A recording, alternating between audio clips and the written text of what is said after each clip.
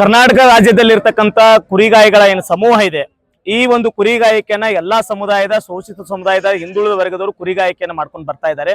ಇತ್ತೀಚಿನ ವರ್ಷಗಳಲ್ಲಿ ಕುರಿಗಾಯಿಗಳ ಮೇಲೆ ನಿರಂತರವಾಗಿರ್ತಕ್ಕಂಥ ದೌರ್ಜನ್ಯಗಳು, ಹಲ್ಲೆಗಳು, ಅತ್ಯಾಚಾರ ಪ್ರಕರಣಗಳು, ಕೊಲೆ ಪ್ರಕರಣಗಳು ಅಧಿಕ ಪ್ರಮಾಣದಲ್ಲಿ ಆಗ್ತಾ ಇರೋದ್ರಿಂದ ಸ್ವತಂತ್ರ ಸಿಕ್ಕು ಇಷ್ಟು ವರ್ಷಗಳಾದರೂ ಸಹಿತ ಕುರಿಗಾಯಿಗಳಿಗೆ ವಿಶೇಷವಾಗಿರ್ತಕ್ಕಂಥ ಕಾಯ್ದೆ ಇಲ್ಲ. ಯಾವ ರೀತಿಯಾಗಿ ಕುರಿಗಾಯಿಗಳಿಗೆ ಅಂತಂದ್ರೆ, ಈಗಾಗಲೇ ನಮ್ಮ ದಲಿತ ಸಮುದಾಯದ ಮೇಲೆ ಆಗ್ತಕ್ಕಂಥ ಅನ್ಯಾಯಗಳ ವಿರುದ್ಧ ಸರ್ಕಾರ ವಿಶೇಷ ಕಾಯ್ದೆ ತಂತು, ಅಟ್ರಾಸಿಟಿ ಆಕ್ಟ್ ಅನ್ನ ತಂತು. ಅದೇ ರೀತಿ ಹೆಣ್ಮಕ್ಳ ಮೇಲೆ ಆಗ್ತಕ್ಕಂಥ ಏನು ಅತ್ಯಾಚಾರ ಪ್ರಕರಣಗಳಿದ್ದು ಆ ಸಂದರ್ಭದಲ್ಲಿ ಪೋಸ್ಕೋ ಕಾಯ್ದೆಯನ್ನು ತರೋದ್ರ ಮುಖಾಂತರ ಅವ್ರು ರಕ್ಷಣೆ ಮಾಡುವಂತ ಪ್ರಕರಣಗಳಾಯ್ತು. ಇವತ್ತು ಕುರಿಗಾಯಿಗಳಿಗೆ ಎಷ್ಟು ಮಹತ್ವ ಇದೆ ಕಾಯ್ದೆ ಅಂತಂದ್ರೆ ನಿಮ್ಗೆಲ್ಲ ಗೊತ್ತಿರಬಹುದು.